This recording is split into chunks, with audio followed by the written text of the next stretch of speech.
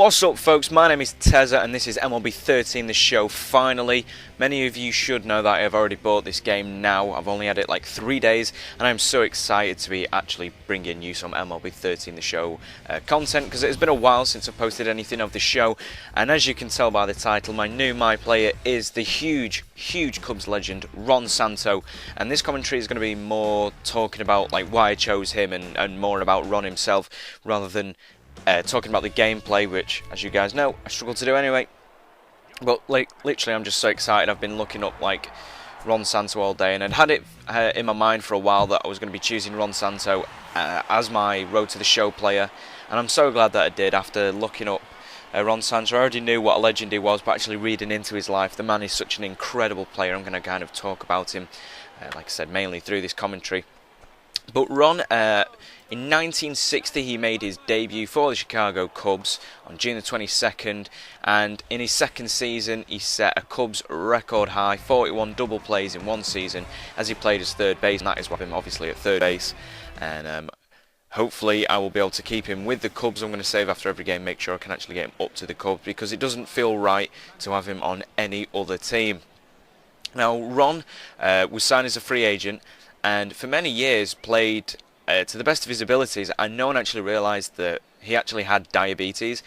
During the time, type 1 diabetes, which Ron had, was not really well known about. Diabetes in general wasn't known about, especially all the different types that we know of today.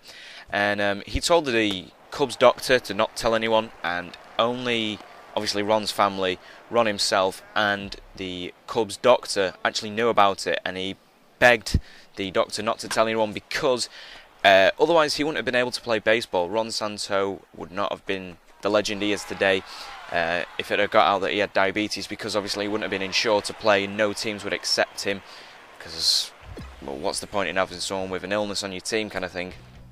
He'd either just be technically on the disabled list or just not be able to play for any reasons. If his blood sugars dropped and there was any issues, it just looked bad on the team, this, that and the other. I'm kind of rambling, but generally he begged to keep it a secret, and it was kept a secret. So for many years he was playing with a handicap, because obviously some days his blood sugar would be too low and he would struggle to play. So technically he was playing with a handicap.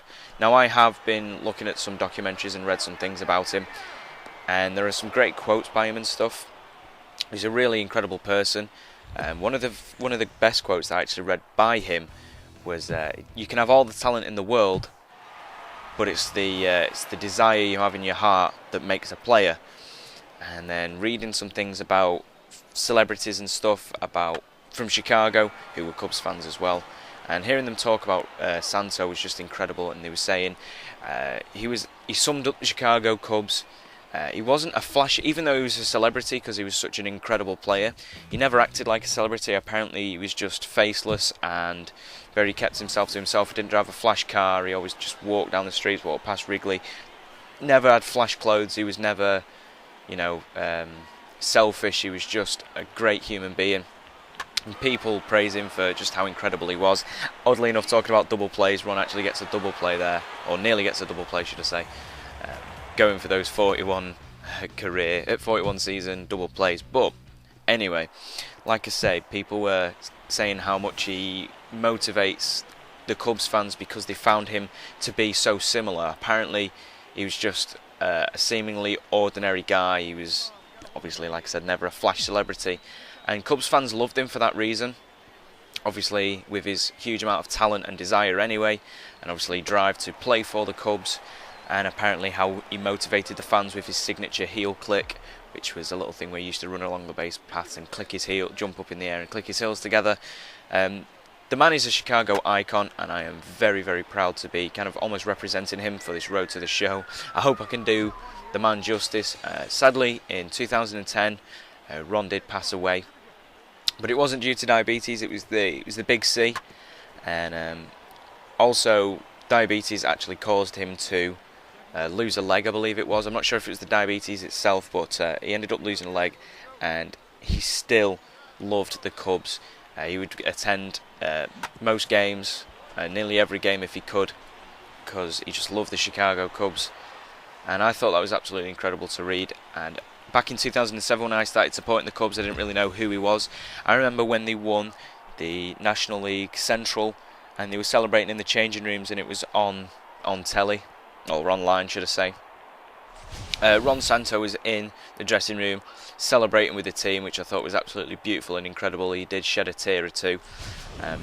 Just an absolutely incredible person this guy is. Really was. Obviously he's done a lot for charity over the years, that kind of thing, and he actually, I think it was I can't remember when it was, but I remember watching him throw the first pitch out. Just incredible. Obviously he got inducted into the Hall of Fame more than deservedly, and I think it's absolutely incredible. I do sound like I'm rambling, and I know I'm rambling, but it's hard to think of all the things that Ron has done in his lifetime that I can actually talk about, because there is just so much he has done. I mean, he was a 9-time All-Star, 5 times Golden Glove Award. He got the Lou Gehrig Memorial Award, and obviously he's now a retired number for the Chicago Cubs. His flag flies above Wrigley Field. He also actually played for the White Sox, which was interesting, because I'm not sure why the Cubs wanted to get rid of him, but he was getting old. He was 33, 34 at the time, so he was a bit too old, and he loved Chicago so much. Not many teams would take him, and he begged the White Sox to take him, and they did. And he played 1 season there, but apparently the manager didn't give him enough and played him out of position, so he got a bit fed up and ended up retiring at the age of 34. So that was how his career ended, and he went on to live till the age of 70. That is when he died, December 3rd, 2010, because of cancer.